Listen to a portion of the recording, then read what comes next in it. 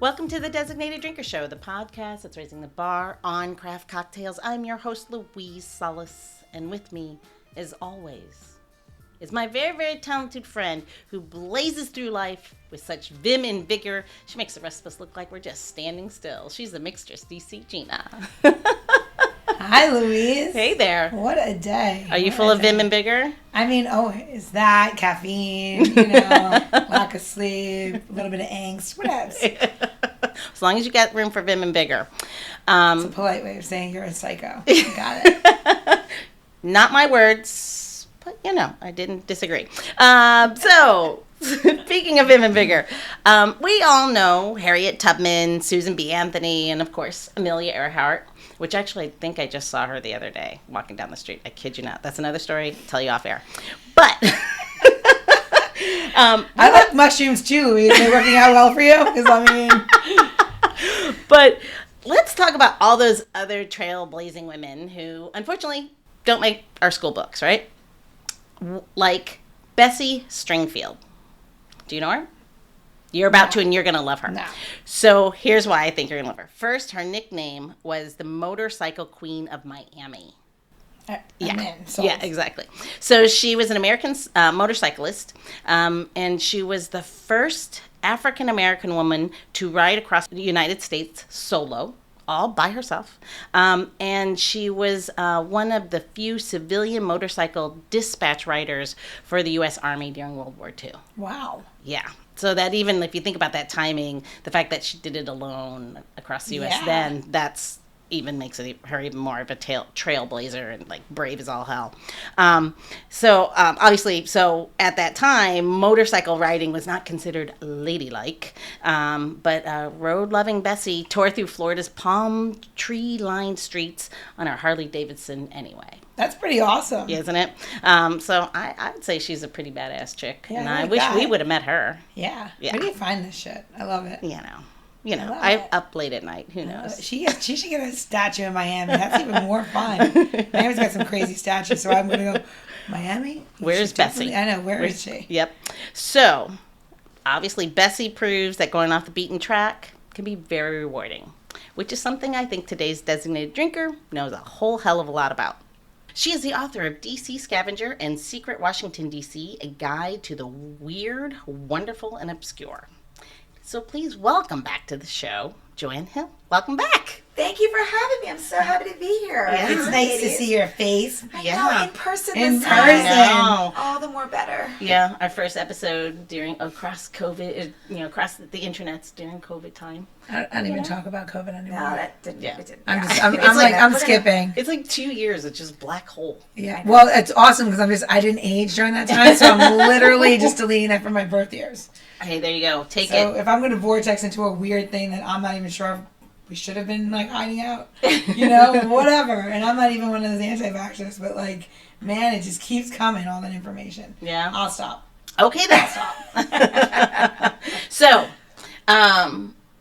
obviously you've been really busy since we last spoke. Really busy. Very busy. Yes. So, tell us, what is this all about? Well, since I saw you last time, I was working on my second book, DC Scavenger, and it just came out recently. So it's a scavenger hunt throughout the entire city. And so to kind of give you a little bit of background about who I am, I've lived in DC with my husband for about 22 years. And I used Just a hot minute, and I used to teach in DC public schools for 17 years. So I'm an explorer and traveler and all of the things. And so I used to write, I still do. But Are you getting an award for that? Is there a medal waiting for me outside the door? I believe they knight the teachers now if you make it more than a year. So I should be getting more knighted. than 2 months. Yeah. Yes. Make it through the semester. Right. So, and so I started writing a blog about travel and so forth, DC living, and I turned all of that into writing books. And so this new book, A Scavenger Hunt, you mentioned about going kind of off the beaten path, was so fun because the second book was really about getting out, exploring, walking different neighborhoods, spending hours upon hours upon hours of walking throughout neighborhoods I was familiar with, but also very unfamiliar neighborhoods as well, and finding kind of outdoor places that were some known, some a little bit less known, some kind of off the beaten path. sites we can chat about. Yeah. I'm sure places that Bessie would have ridden her bike through. Well, I'm already excited for page 36 and number 5. What do you got on page 36, number 5? So I'm looking at Papal Keys, but I don't know where it is, so it's pretty cool. It says, Miracle on 34th, walk to the street, the corner of Woodley where they meet, find the same symbol above the church door, 2 keys and a sword, locate it once more. Mm-hmm. Well, I know those are Papal Keys, right? Mm-hmm. Right? Am I correct about that? Maybe. I can't tell you the answer. I think they can't are. ruin it for the readers. Yeah. But we're University of Maryland Art School student right here. So if they are not Papal Keys, I would like to get my money back from education. Thank you. This is Cathedral Heights Woodley Park neighborhood, which honestly, that was a neighborhood that was a little less familiar to me, which I think it's interesting to see like which neighborhoods you know better than which. I live in Northeast DC and I lived in Southeast DC before. But Cathedral Heights was a neighborhood that I didn't know a lot about. So when I was walking through it, I would get lost. I would do Google Maps constantly. But it was a really fun way to explore that neighborhood and get to know it a little bit more. Yeah, I would say it's definitely a neighborhood I barely know. Yeah. What I do know about it, we had a friend who lived there and would take me there, but I don't know that I spent much time there. But yeah, that'd be great. That's like a great, it's like a great idea whether you live in the area or you're visiting DC, because like you said, it gets you out, get everybody, it could be fun, everyone can do a little adventure, and you get to see things that you would never go into. I mean, they're like, get past the monuments. Yeah, absolutely. I think I've been doing recently some scavenger hunts with some groups, and it's really fun to see how people approach the scavenger hunts. They're like amazing race competitor, like the type I'm gonna run from site to site and take a selfie everywhere, and I'm gonna win. I'm gonna find every clue possible.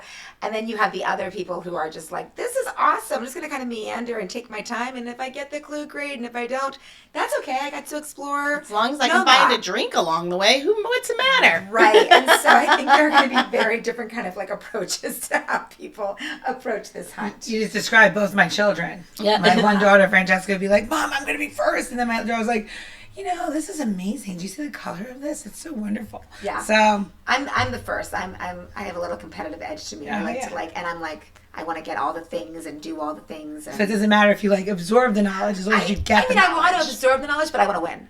Yeah. I want to win. I want to make sure that I solve all the clues and I win. So yeah, board games, those kind of things are very important to me. Oh, we're learning all kinds of new things about you today. What's your sign? So I'm a Virgo. Same. Oh. August 28th. Oh. I'm September 13th. Oh, yeah. Dave's my husband's September 14th. Is that right? Yeah, he's very by the book, very competitive. Yes. We're the best. He's always right. We get it done. See, for this, I would be like the person oh, did you ever see this little blah, blah, blah, and put that in the book, that would be my contribute. But this is really this is really fun.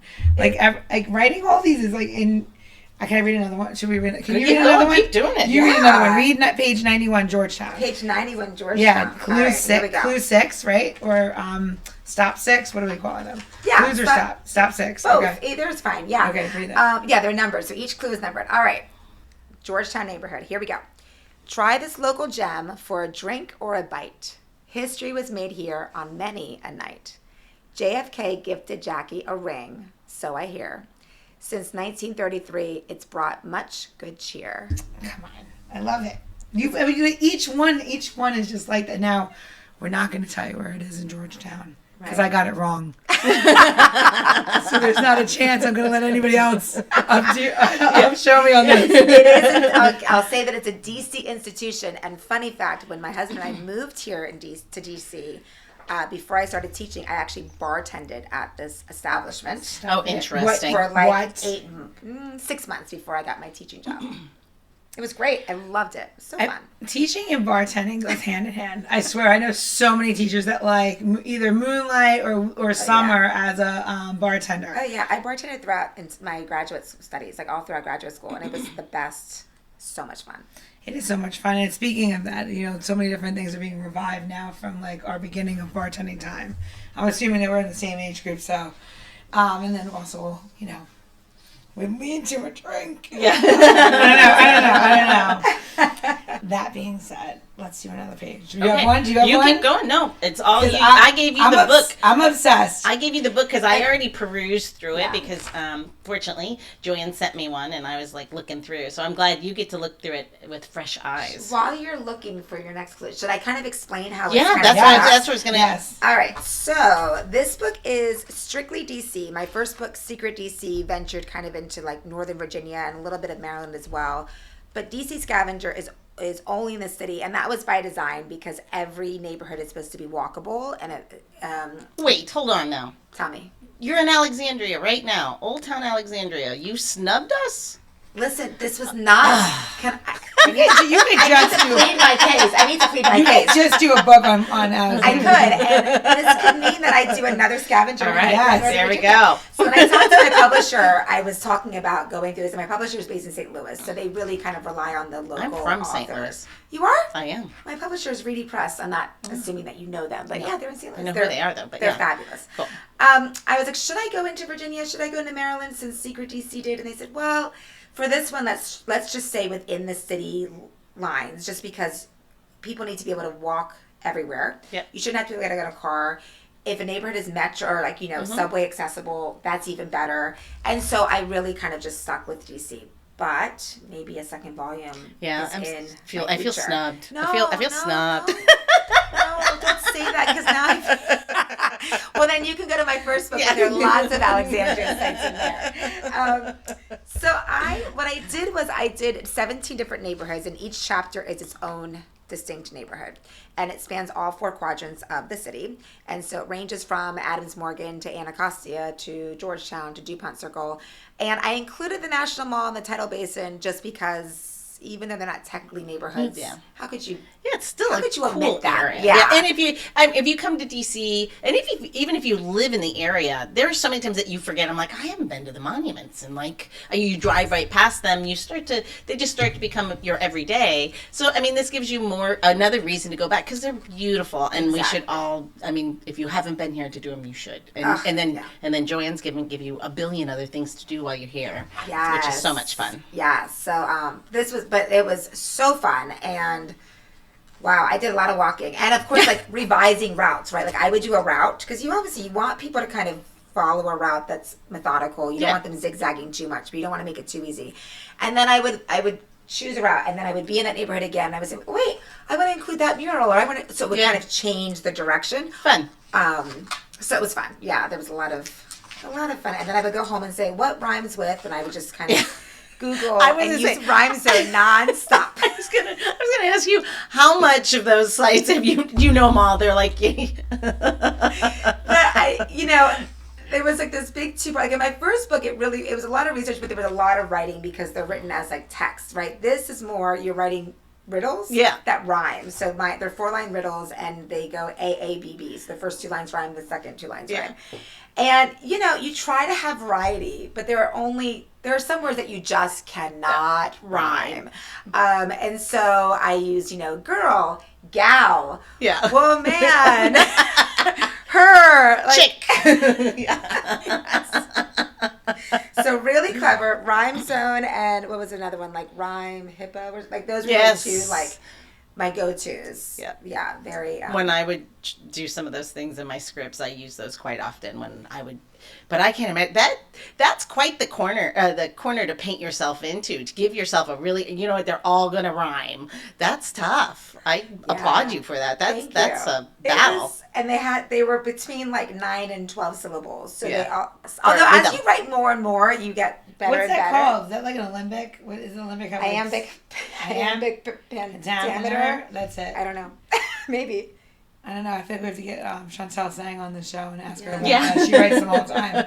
I found another one I like, and I'm going to go on record saying I don't like this person. I know exactly I'm where just you're kidding. going. I do like this person. I know where you're going. But he's so funny.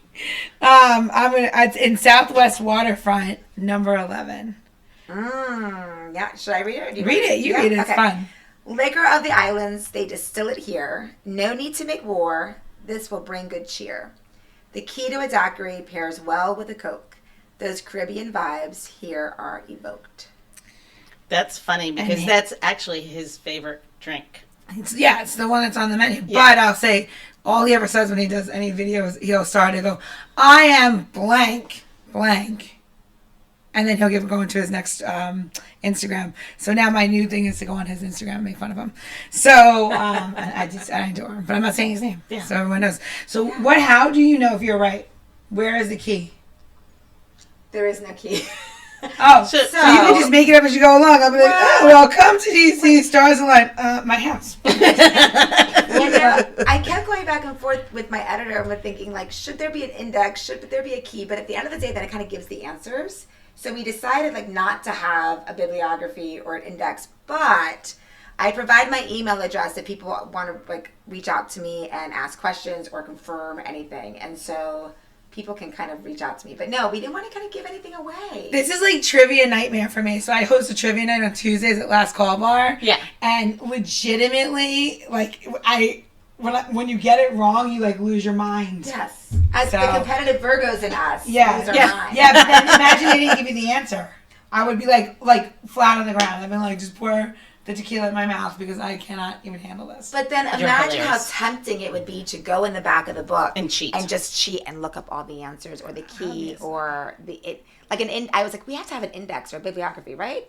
And they're like, no. Then people get all the clues. They get all the answers. You should have meetups. You should have, like, a meetup of people that have done this. And, I was going to say that, or even like in the social media realm, if you pulled it in like virtual and in person. Yeah. That seems like great content to me and then you could have you need to definitely record them because there's going to be battles. Like people are like, no, it's this, and then I'm more about getting hammered.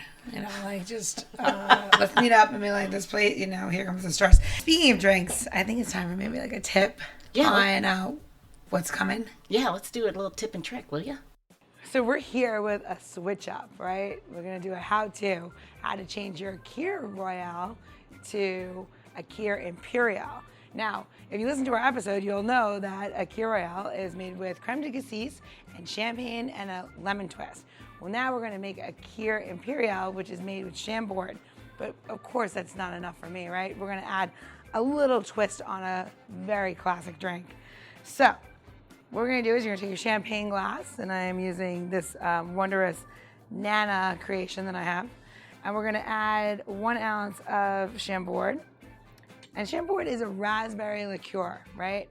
So, creme de cassis is made from cassis berries, and then you have Chambord, which is made from raspberries. So you know what the two different things are.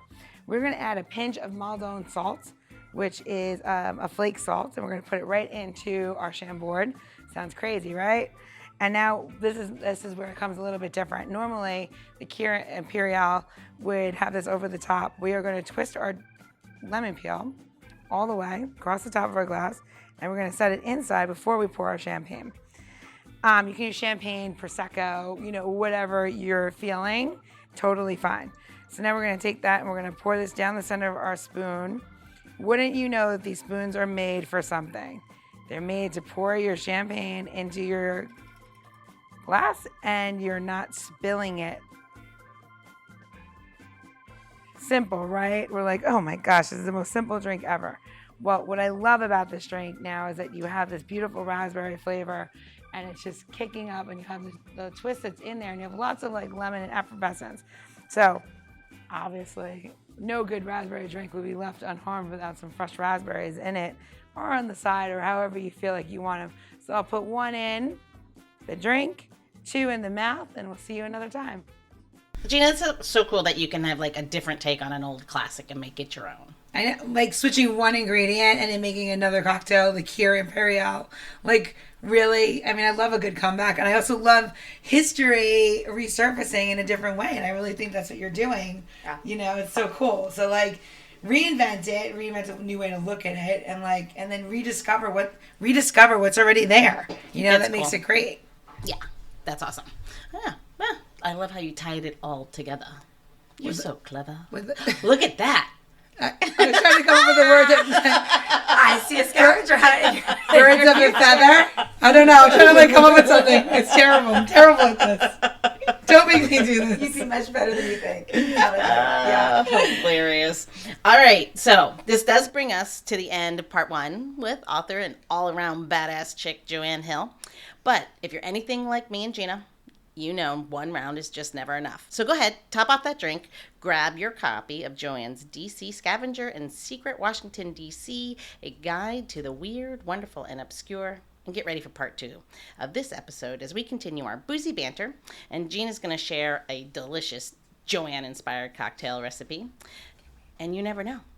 Gina might just get a little weird, or maybe even a little obscure, but we always know it's going to be wonderful. Cheers! Cheers! I love what you did there. That was great. The Designated Drinker Show is produced by Missing Link, a Latino-owned, strategy-driven, creatively fueled production co-op. From ideation to creation, we craft human connections through intelligent, engaging, and informative content. Also in the Missing Link lineup of podcasts is Roger That, a podcast dedicated to guiding you through the haze of dementia, led by skilled caregivers. Now, if you're looking for a whole new way to enjoy the theater, check out Between Acts, an immersive audio theater podcast experience. Each episode takes you on a spellbinding journey through the works of newfound playwrights, from dramas to comedies and everything in between. Find Missing Link's League of Podcasts on Apple Podcasts, Spotify, or wherever you listen to your podcasts. And while you're there, please don't forget to follow, download, and review the shows. Your reviews help our shows reach new audiences. To find out more about Missing Link, visit missinglink.company. That's missinglink.company.